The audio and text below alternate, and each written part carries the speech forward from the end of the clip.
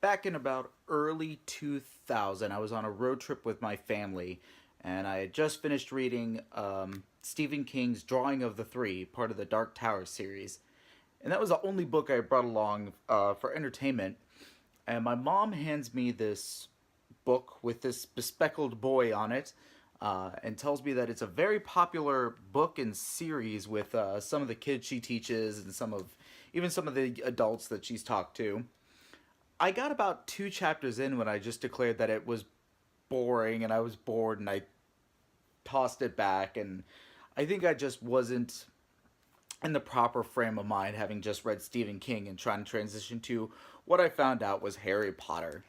Of course, the franchise blew up and got bigger, and as it got more popular, I kind of got more obstinate and said that no, I'm not going to get into it.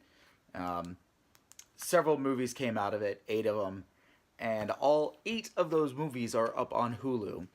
It is Sunday, February the 4th. Not much is going on today. I don't think there's anything on TV, so I decided I'm going to try and sit down and watch all of them. Um, the last time I did this was with Dragonheart, and that was only four movies. This is double that. Realistically, I don't think I'm going to make it today, but I'm going to give it a try. I'm going to give my thoughts after each one. I think I've only seen about half of these. The last three or four, I don't think I ever saw in theaters. So it'll be interesting to see how it all plays out. I kind of know what happens at the end just because everybody talks about it, and it's on all of the big like fan theory websites and YouTube shows. But I'm still interested to see how it goes, and watching them back to back, seeing these kids and these child actors grow up and see them learning and practicing their craft could be kind of interesting. Let's see what happens.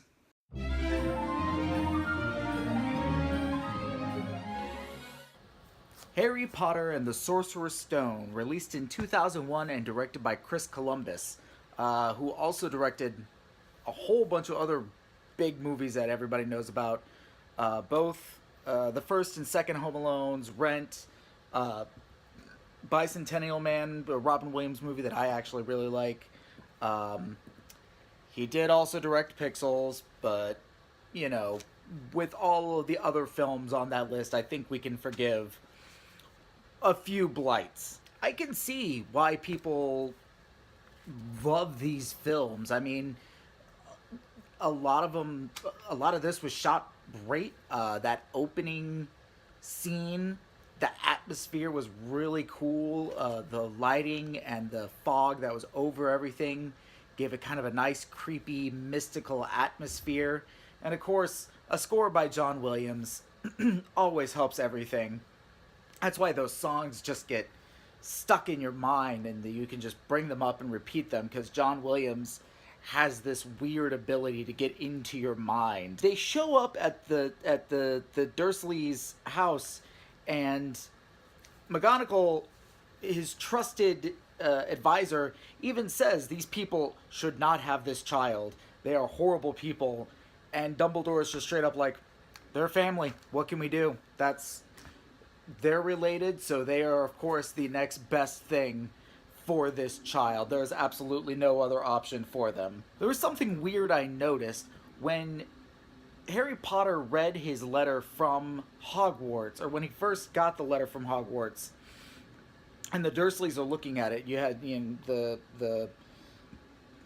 dad and the mom and the son here, and they saw it was from Hogwarts.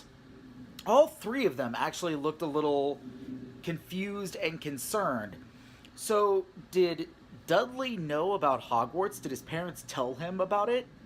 There were some scenes that did not age well. The one where Neville's broom takes off and he's like slamming into the side of Hogwarts repeatedly.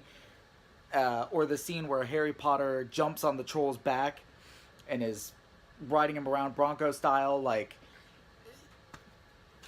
granted, this came out in 2001. At the time, those special effects were great.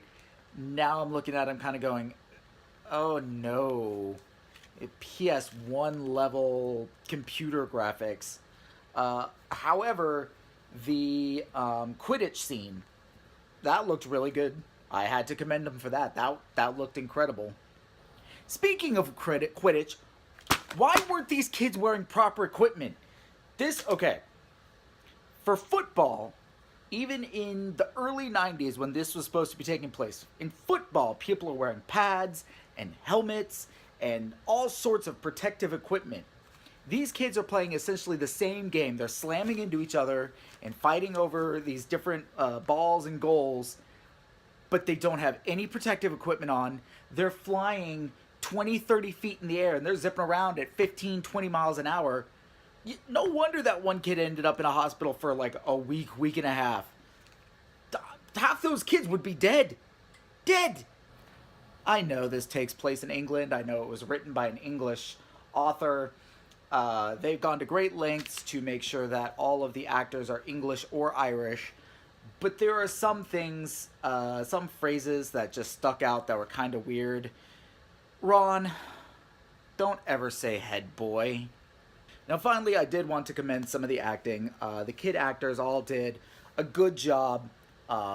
Some bits were a little more cardboard, you know. It was noticeable that maybe this was kind of some of the first scenes they acted in. But for a lot of them, it was a first time. For some of them, they've been acting for a little while. But everything looked... it was good. Everybody did a great job. Phenomenal cast, including Maggie Smith, John Hurt, and of course the great Alan Rickman. Everybody did a great job. The one I really wanted to commend was Tom Felton, who plays Draco Malfoy, because from the moment he comes on screen and opens his mouth, I just want to punch him in the face. He is just such a little shit. Oh my god, and he does it so perfectly. Well, this movie was about 2 hours long, 2 hours and some change, and I really don't think I'm going to make it through all of them today. I'm going to try. I'm still going to try. But I definitely got to take a little break before the next one. So we will come back with Harry Potter and the Chamber of Secrets.